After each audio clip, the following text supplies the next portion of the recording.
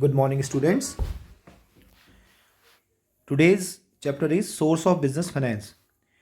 इससे पहले जो हमने चैप्टर स्टडी किया था वो क्या था?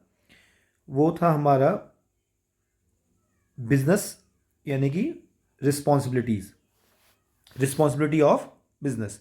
बट आज जो हम स्टडी करेंगे वो है 6 के बाद सीधे हम आते हैं किसमें?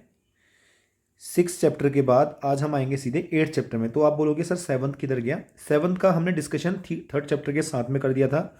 वो कौन सा था चैप्टर? वो था फॉर्मेशन ऑफ कंपनी. तो फॉर्मेशन ऑफ कंपनी एनसीईआरटी में चैप्टर नंबर 7 है, जिसको मैं पहले ही डिस्क्लोज कर चुका हूँ, बता चुका हूँ. उसके बारे में वीडियो ऑलरेडी यूट्यूब में अवेलेबल है मेरे चैनल पे. ठीक है, आज हम बात करेंगे किसकी? आज हम बात करेंगे सोर्सेज ऑफ बिजनेस फाइनेंस की. Sources of business finance. यहाँ पर को सोर्सेज का मतलब क्या होता है? सोर्सेज का मतलब है कि कौन कौन से ऐसे सोर्स हैं जो कि किसी बिजनेस की रिक्वायरमेंट को फाइनेंस की पूरी करते हैं. हमें ये भी पता है कि बिजनेस में अगर पैसा नहीं है, फाइनेंस नहीं है, तो बिजनेस आगे नहीं बढ़ सकता. दैट्स वाई इन कंटिन्यूएशन और survival of the business as well as the growth of the business it must require to be adequate finance. Adequate का मतलब क्या है? पर्याप्त फाइनेंस अवेलेबल होना चाहिए. पर्याप्त फाइनेंस अवेलेबल नहीं है तो वो बिजनेस ग्रो करने में सक्षम नहीं होगा. So there are certain learning outcomes out of this chapter. After studying the whole chapter, you will be able to state the meaning, nature and importance of business finance. Classify the various source of business finance. ये बहुत most important part है बेटा. ठीक है. Evaluate merits and limitations of the various source of finance. Identify the international source of finance. इसकी भी हम बात करेंगे, लेकिन अभी क्योंकि सिलेबस में आपके नहीं है. ठीक है, इंटरनेशनल सोर्स ऑफ फाइनेंस आपके सिलेबस में अब नहीं है, इस साल नहीं है. तो इसके बारे में हम डिस्कशन यहाँ नहीं करेंगे, थोड़ा बहुत ब्रीफ बात कर लेंगे. Examine the factors that affect the choice of appropriate source of finance. तो ये कुछ टॉपिक हैं जो आप डिस्कस करेंगे, जिसके बारे में हम बात करेंगे. अब हम आते हैं इसके इंट्रोडक्शन पार्ट में. इंट्रोडक्शन में देखिए क्या है. मीनिंग क्या होता है, क्या जिसे हम बोलेंगे बिजनेस फाइनेंस क्या होता है. बिजनेस इज, देखिएगा बिजनेस को क्या बोला गया है, ये पहले भी हम डेफिनेशन देख चुके हैं, यहाँ पे भी हम दोबारा देखेंगे. Business is concern with the production and distribution of goods and services for the satisfaction of needs of the society. Society की सेटिस्फेक्शन के साथ साथ हमारा काम प्रॉफिट कमाना भी होता है. तो प्रोडक्शन और डिस्ट्रीब्यूशन दोनों शामिल है. Production, manufacturing, buying and selling of goods and service. इसकी डेफिनेशन फर्स्ट चैप्टर में अवेलेबल है. For carrying out various activities business required money. तो ये सारी एक्टिविटी को करने के लिए क्या चाहिए? पैसा. और उसी पैसे को हम बिजनेस फाइनेंस बोल रहे हैं. बिजनेस फाइनेंस हम बोल रहे हैं उसी रिक्वायरमेंट ऑफ मनी को, money finance. Therefore it is called the live blood. इसको लाइव ब्लड बोला जाता है. कभी कभार क्वेश्चन में पूछा जाता है why business finance is termed as live blood. देखो, जिस तरह से जीवन में खून की जो अहमियत है बॉडी में, ह्यूमन बॉडी में, उसी तरह से फाइनेंस की वही अहमियत है किसमें? बिजनेस में. The requirement of the funds by business to carry out the various activities is called business finance. तो यहाँ पर से आपकी डेफिनेशन जाती है the requirement of funds by the business to carry out its various activities is called business finance. तो that is enough in respect of defining the business finance, but you have to understand the concept of business finance through the entire explanations. तो यही बात कर रहा है कि business बिना finance के आगे नहीं बढ़ सकता, प्रॉपर प्रॉफिट नहीं कमा सकता, ग्रो नहीं कर सकता. तो एडिक्वेट फाइनेंस होना ज़रूरी है. तो हमारे पास कौन कौन से ऐसे सोर्सेज हैं जिसके थ्रू हम क्या कर सकते हैं? फाइनेंस को कलेक्ट कर सकते हैं. तो ये बात हम आगे देखेंगे. तो ये था आपका इसका इंट्रोडक्शन और डेफिनेशन पार्ट. क्लियर है? अब हम आगे आते हैं. तो बिजनेस में जो पैसा लगाया जाता है उसके वो किस किस चीज़ के लिए लगाया जाता है. देखो, कोई भी बिजनेस स्टार्ट किया जाता है, जब हम बिजनेस को क्या करते हैं? स्टार्ट करते हैं, तो कुछ अमाउंट हम इंट्रोड्यूस करते हैं बिजनेस में. अब उस पैसे का, यानी कि अगर हमने कैश इंट्रोड्यूस किया 5 लाख रुपए का, तो इस 5 लाख रुपए का आप करोगे क्या? केवल कैश में ही अगर आप इसको छोड़ दोगे तो कैश से आप प्रॉफिट नहीं कमा सकते। You have to convert this cash, आपको इस कैश को कन्वर्ट करना पड़ेगा किसमें, प्रॉपर्टी में, यानी कि अदर गुड्स में, अदर एसेट्स में। तो यानी कि आप गुड्स खरीदोगे, आप अदर एसेट्स खरीदोगे, आप अदर एसेट्स को खरीदोगे, गुड्स को खरीदोगे, तो इनको खरीदने के साथ साथ क्या होगा, कन्वर्जन होगा। क्या होगा यहाँ पर को, conversion of cash into the various assets, and through these assets you will be operating the business. आप फिर बिजनेस को आगे को बढ़ाएंगे। ठीक है, तो यहाँ पर से हम यही बात करेंगे। अकाउंटेंसी में भी हमने देखा था बिजनेस में सबसे पहले पैसा लगाया जाता है, उसके बाद उस पैसे से अदर एसेट्स को खरीदा जाता है और उस एसेट्स की मदद से हम प्रॉफिट को कमाते हैं, बिजनेस को चलाते हैं। तो सबसे पहला यहाँ पर यही है फिक्स्ड कैपिटल रिक्वायरमेंट। क्या है सबसे पहला, fixed capital requirement. Fixed capital किसे बोलते हैं, इसको समझते हैं। फिक्स्ड कैपिटल मीन्स होता है amount invested in fixed assets. Fixed assets में जो अमाउंट बिजनेस इन्वेस्ट करता है उसे फिक्स्ड कैपिटल बोला जाता है। मतलब क्या है, एसेट्स दो तरह की होती हैं, अकाउंटेंसी में भी हम पढ़ चुके हैं। कौन कौन सी, एक होती है non current asset, NCA। Non current asset को हम फिक्स्ड एसेट्स भी बोल देते हैं वैसे जनरली, फिक्स्ड एसेट्स। ठीक है, और दूसरी होती है करंट एसेट्स। करंट एसेट्स क्या होती हैं वो भी हम डिस्कस करेंगे। देखिए, नॉन करंट एसेट्स और करंट एसेट इज डिस्टिंग्विश और distributed as per the requirement of time duration. मतलब ये दोनों को बांटा किस आधार पे गया है, करंट एसेट्स या नॉन करंट एसेट को दो भागों में बांटा तो गया, लेकिन किस बेसिस पर, टाइम के बेसिस पे बांटा गया है। किसके बेसिस पे बांटा गया है, टाइम के बेसिस पर। करंट एसेट्स क्या होती हैं, ऐसी assets which may change frequently with in a time duration of 12 months. 12 महीने के टाइम ड्यूरेशन यानी एक साल के भीतर भीतर ये चेंज हो जाती हैं, बढ़ जाती हैं, घट जाती हैं, चेंज हो जाती हैं। तो इनका टाइम ड्यूरेशन, टाइम फ्रेम क्या होता है, मैक्सिमम 12 महीने होता है। जबकि फिक्स्ड एसेट्स जो यानी नॉन करंट एसेट्स होती हैं, ये उससे लंबे समय के लिए, यानी एक साल से ज़्यादा समय के लिए अगर आपने कोई भी एसेट्स में पैसा लगाया है, किसी एसेट्स को, प्रॉपर्टी को खरीदा है, तो वो नॉन करंट एसेट्स कहलाती हैं। उसी नॉन करंट एसेट्स में आती हैं fixed assets. Fixed assets are those assets which are not meant for resale but it will be used and owned by the business itself for a longer period of time, that is more than 1 year. तो ये होती हैं fixed capital requirement. तो अब हम आगे को पढ़ते हैं, इसमें क्या चीज़ें हैं इसको डिस्कस करेंगे। देखिए, इसमें क्या बोलता है, in order to start business funds are required to purchase fixed assets like land, building, plant and machinery. देखो, जब भी बिजनेस स्टार्ट किया जाएगा तो आपको एक लोकेशन चाहिए होगी, उसके अंदर आपने कैबिनेट बनाना है, फर्नीचर बनाना है, फर्नीचर खरीदना है, तब जाके तो आप बिजनेस को स्टार्ट करेंगे। तो एक लोकेशन, एक जगह, फर्नीचर, पंखे, कंप्यूटर सिस्टम, ये सारी की सारी चीज़ें रिक्वायर्ड होंगी। तो फिक्स कैपिटल की रिक्वायरमेंट को पूरा करने के लिए भी हमें पैसे की ज़रूरत होती है, जो कि हम लंबे समय के लिए इसको प्रोक्योर करते हैं, मैं पहले भी बता चुका हूँ। अब बात करते हैं working capital requirement. Working capital किसे कहते हैं, working capital is the difference between current assets and current liability.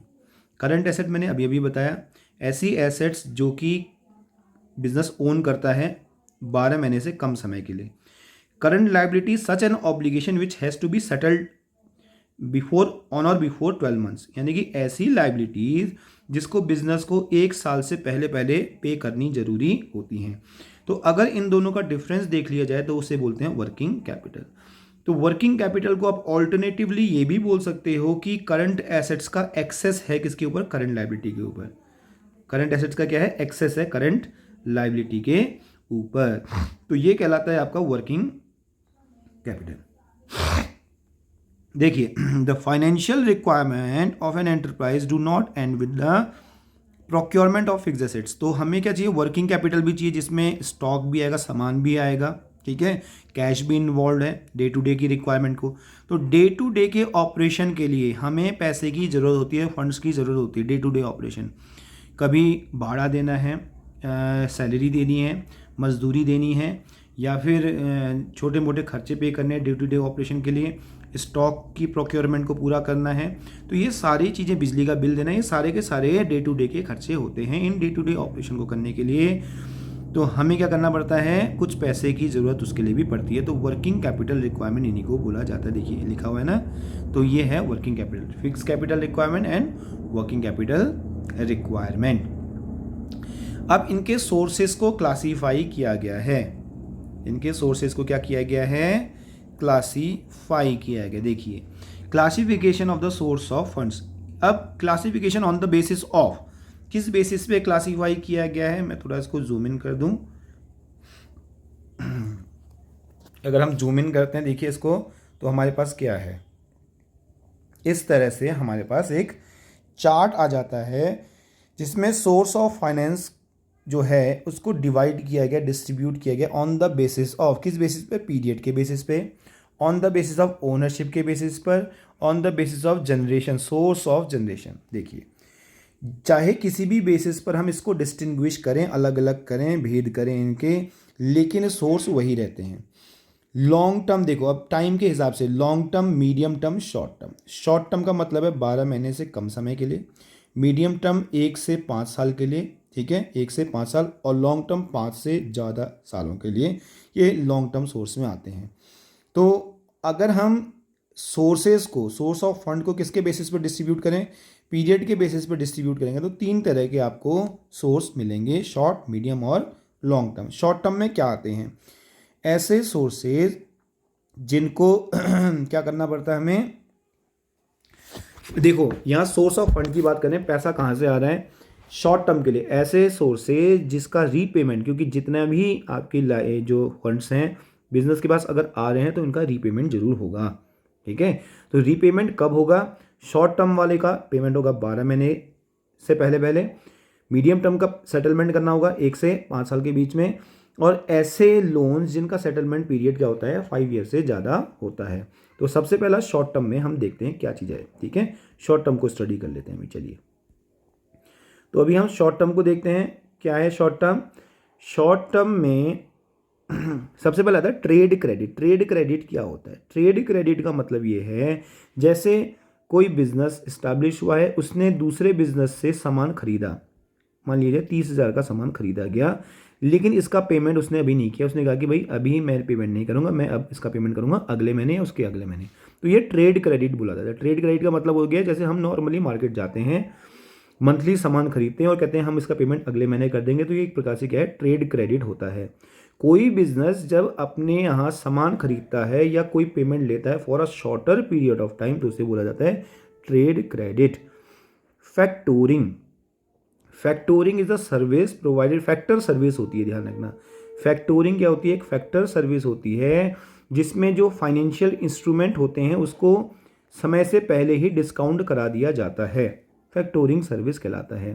फैक्टोरिंग मतलब हो गया एक डॉक्यूमेंट आ गया, मान लीजिए एक हमने पढ़ा था हुंडी बिल वगैरह पढ़े थे ना, तो हुंडी हुंडी कब होती है, जैसे मान लीजिए एक प्रॉमिस नोट है, प्रॉमिजरी नोट है, PN है, प्रॉमिजरी नोट मिला आपको, आपने सामान बेचा किसी थर्ड पार्टी को, 30,000 50,000 का मान लेते हैं, 50,000 का सामान आपने बेचा, उसने आपको एक प्रॉमिजरी नोट दे दिया। प्रॉमिजरी नोट क्या होता है, आपको ये प्रॉमिस करा कि मैं 2 महीने बाद इसका पेमेंट कर दूंगा।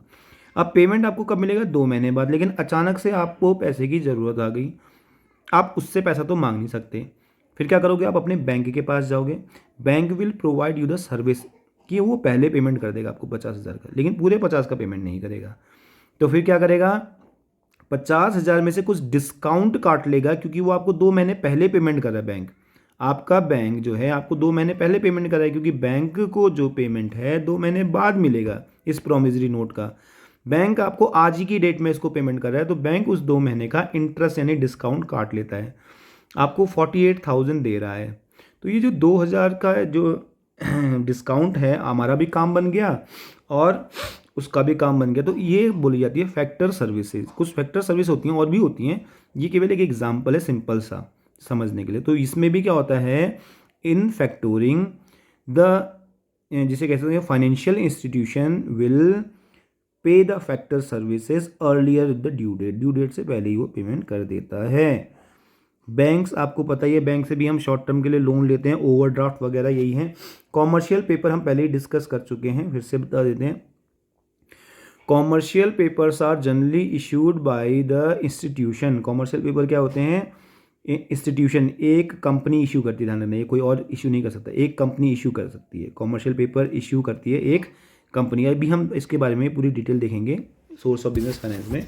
एक कंपनी इसको इशू करती है दूसरी कंपनी पे, क्रेडिट वर्थी कंपनी होती है। The whole detail will be discuss later on, इसी चैप्टर में हम बात करेंगे। ये शॉर्ट टर्म होते हैं लेकिन इनका टाइम पीरियड 1 साल से कम ही होता है, इस बात का ध्यान रखेंगे। इसके बारे में भी डिटेल हम आगे पढ़ेंगे। इसी प्रकार से आ जाते हैं नेक्स्ट पे।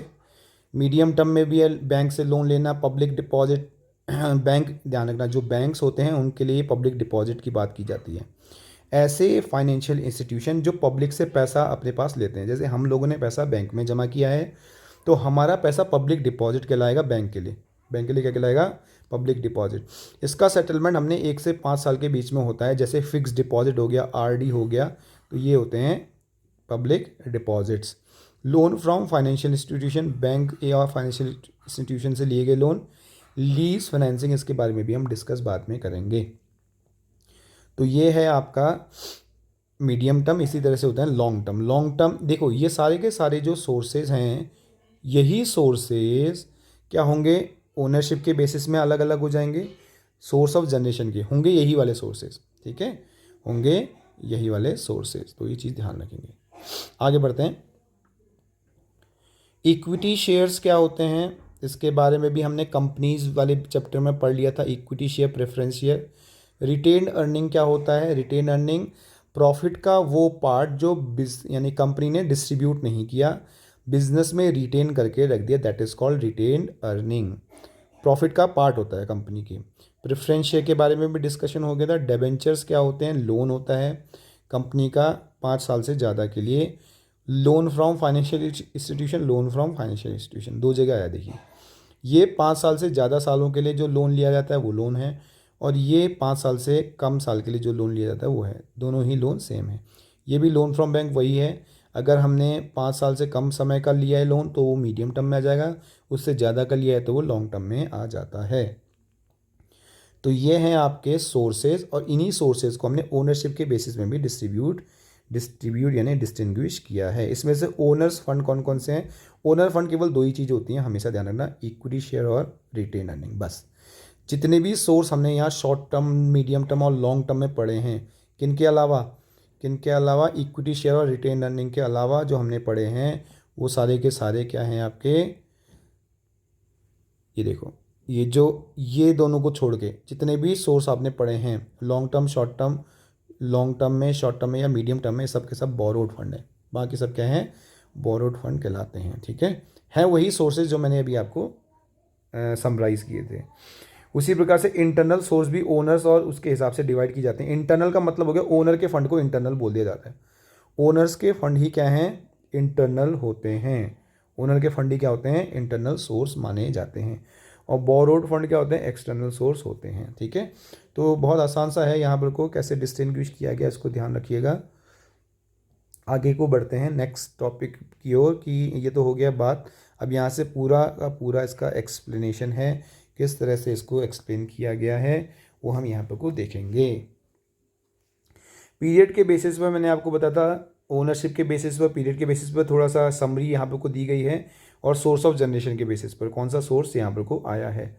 अब मेन चीज़ पे आते हैं, इनके जो टाइप्स हैं, चाहे वो किसी भी बेसिस पर डिस्टिंग्विश किए गए हैं, होते क्या हैं, सोर्सेज कौन कौन से। रिटेन्ड अर्निंग क्या होता है, अब हम पूरी जानकारी लेते हैं इसकी। रिटेन्ड अर्निंग क्या होता है? किसी कंपनी ने साल भर में प्रॉफिट कमाया, मान लीजिए 10,000 रुपये, ठीक है। तो ये जो प्रॉफिट होता है जनरली ओनर का होता है। अगर पूरा का पूरा ओनर को बांट दिया जाए, पूरा का पूरा ओनर को बांट देंगे तो कंपनी के पास आगे को ग्रो करने के लिए पैसा नहीं होगा। मेरा एग्जांपल समझिएगा, किसी ओनर ने 1,00,000 रुपये लगाए बिजनेस में, 10,000 का प्रॉफिट कमाया और 10 का 10 घर को ले गया। तो इस साल के एंड में ये 10 का 10 तो वो विड्रॉ कर लिया, इस साल के एंड में हमारे पास फिर से वही 1,00,000 रुपये बचा, और इस 1,00,000 रुपये में अब वो क्या करेगा? फिर से बिजनेस करेगा, फिर प्रॉफिट कमाएगा। तो यानी कि बिजनेस उसका ग्रो नहीं कर रहा, सिमिलर कैपिटल रह रही है हर साल। इससे क्या हुआ? इससे ये हुआ कि आप प्रॉफिट तो कमा रहे हैं, but your business will not grow until unless you will not invest more into the business। तो इसका एक ऑप्शन निकाला गया, हुआ क्या, ऑप्शन क्या आया कि भैया अगर आपने 1 लाख रुपए लगाए हैं, 10,000 प्रॉफिट कमाया, तो 10 का 10 विड्रॉ मत करो, 10 का 10 मत लो, उसमें से क्या करो, 6,000 आपने घर के लिए विड्रॉ कर लो और बाकी का 4,000 रुपये आप क्या करो, बिजनेस में रहने दो। और जो रहने दिया गया बिजनेस में, उससे क्या हुआ, आपकी कैपिटल अगले साल के लिए क्या हो गई, 1,04,000। अब जो प्रॉफिट आप कमाओगे वो 1 लाख पे नहीं कमाओगे, बल्कि किस पे कमाओगे, 1,04,000 पे कमाएंगे आप। तो ऑब्वियसली आपकी कैपिटल दिन ब दिन बढ़ती जाएगी और प्रॉफिट भी उसका बढ़ता जाएगा। तो जो ये पैसा आपने डिस्ट्रीब्यूट नहीं किया प्रॉफिट के रूप में, उसे ही बोला जाता है रिटेन्ड अर्निंग। रिटेन मतलब रहने दिया गया ऐसी अर्निंग को बिजनेस में। इसको प्लॉइंग बैक ऑफ प्रॉफिट भी बोला जाता है। क्या बोला जाता है, ploughing back of profit. Profit को फिर से प्लॉ कर दिया, फिर से इंट्रोड्यूस कर दिया, इसको बोला जाता है प्लॉइंग बैक ऑफ प्रॉफिट भी बोला जाता है, ध्यान रखना, ठीक है। रिटेन अर्निंग या अनडिस्ट्रीब्यूटेड प्रॉफिट, अनडिस्ट्रीब्यूटेड प्रॉफिट भी बोला जाता है। इसकी मेरिट क्या क्या है, इसकी मेरिट बहुत सारी हैं। इसकी मेरिट क्या क्या, देखिए, रिटेन अर्निंग एक परमानेंट सोर्स होता है। परमानेंट क्यों है, क्योंकि अगर प्रॉफिट कमाएंगे तो परमानेंट या रेगुलरली हमको ये मिलता रहेगा। इसमें कोई भी एक्सप्लिसिट कॉस्ट नहीं होती। एक्सप्लिसिट कहने का मतलब है इसमें हमें किसी भी तरह का इंटरेस्ट, ब्याज वगैरह नहीं देना होता। ब्याज वगैरह इसमें नहीं देना, क्योंकि हमने इस पैसे को कहीं बाहर से उधार नहीं लिया था, प्रॉफिट का ही ये पार्ट होता है। As the funds are generated internally there is a greater degree of the operational freedom. तो इस पैसे का इस्तेमाल आप किसी भी सोर्स में कर सकते हैं, क्योंकि ये सोर्स कोई फिक्स्ड कंडीशन के हिसाब से नहीं आता, ये एक प्रॉफिट का पार्ट होता है। तो ये हैं इसके कुछ मेरिट्स। अब इसके देखो, जहाँ मेरिट है वहाँ डिमेरिट्स भी रहते हैं, लिमिटेशंस भी रहती हैं। It enhances the capacity of business to absorb unexpected losses. अगर कभी लॉस हो गया तो जो आप पैसा रख रहे हैं बार बार, उस पैसे का इस्तेमाल आप फ्यूचर में कर सकते हैं, क्योंकि पूरा पैसा आप यूज़ नहीं कर रहे हैं। अगर कभी भविष्य में लॉस हो गया तो इस पैसे का, देखो जैसे क्या होता है, पेरेंट्स हमारे पैसा कमाते हैं तो सारा का सारा तो खर्च नहीं करते ना, कुछ सेविंग करके रख देते हैं। तो बाद में सेविंग क्यों की जाती है, अगर भविष्य में कोई मिस हैपनिंग हो जाए तो इसमें से रिकवर किया जा सके। वैसे ही बिजनेस के लिए भी है, सारी कमाई को बिजनेस नहीं खर्च करता, बल्कि कुछ को री इंट्रोड्यूस कर देता है, वही है रिटेन अर्निंग, ठीक है। अब आगे आते हैं, नेक्स्ट है it may lead to increase in the market price of the equity share. Market price में लीड क्यों होता ही है, मार्केट प्राइस जैसे ही आपकी पैसा रिटेन करता है तो इक्विटी शेयर का मार्केट प्राइस क्या हो जाता है, बढ़ जाता है। लोग ज़्यादा प्रॉफिट कमाने लगेंगे। ध्यान रखना, जो आपने पैसा लगाया किसमें, या रिटेन किया, प्रॉफिट का वो पार्ट जो आपने डिस्ट्रीब्यूट नहीं किया, उससे क्या होगा, उससे आपकी कैपिटल तो बढ़ेगी, साथ ही साथ एसेट्स भी बढ़ेंगी। और जब एसेट्स बढ़ जाती हैं तो इक्विटी शेयर का मार्केट प्राइस ग्रो करने लगता है, क्योंकि ये जो एसेट्स में जो रेशियो होता है इक्विटी का, ठीक है, एसेट्स टू इक्विटी रेशियो, वो बढ़ने लगता है और मार्केट प्राइस में आपके शेयर की डिमांड बढ़ जाएगी। तो मार्केट प्राइस ग्रो करता है जनरली। फिर इसके बारे में एक डिटेल वीडियो में लेके आऊँगा, मार्केट प्राइस कैसे फ्लक्चुएट होते हैं। लिमिटेशन क्या बोलता है, ज़्यादा ही अगर आपने प्लॉइंग बैक किया प्रॉफिट का तो शेयर होल्डर डिससेटिस्फाई हो जाएंगे। क्यों डिससेटिस्फाई हो जाएंगे, क्योंकि वो डिविडेंड एंजॉय नहीं कर पाएंगे। ऐसा नहीं होता, आजकल शेयर होल्डर को ऐसा कोई फ़र्क नहीं पड़ता, लेकिन ध्यान रखना यहाँ पर को वर्ड यूज़ हुआ है क्या, कि डिससेटिस्फैक्शन आ जाएगा।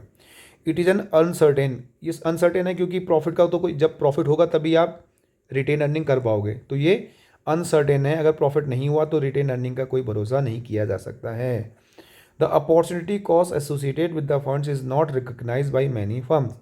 अपॉर्चुनिटी कॉस्ट मतलब ये जो पैसा आपने लिया है, इसको, ये जो प्रॉफिट कमाया है, कितने जिसे कह सकते हैं खर्चा करके आपने कमाया है, इसके लिए अपॉर्चुनिटी कॉस्ट, इसको प्राप्त करने की लागत हम पता नहीं कर सकते हैं, क्योंकि ये डायरेक्ट कॉस्ट नहीं होती है। ये कहलाता है आपका क्या, सिंपली रिटेन अर्निंग। तो आगे जब हम डिस्कस करेंगे, सारे सोर्सेज डिस्कस करेंगे, तो नेक्स्ट वीडियो का मेरा वेट करिएगा, तो ये यूट्यूब में आपके अवेलेबल हो जाएगा। तो नेक्स्ट वीडियो के लिए आप ध्यान रखें, ट्रेड क्रेडिट की से आगे को हम डिस्कस करने वाले हैं। तब तक के लिए बेटा थैंक यू, और आप अपना इसको स्टडी करिएगा और इसके प्रॉपर नोट्स बनाते रहिए। Thank you very much.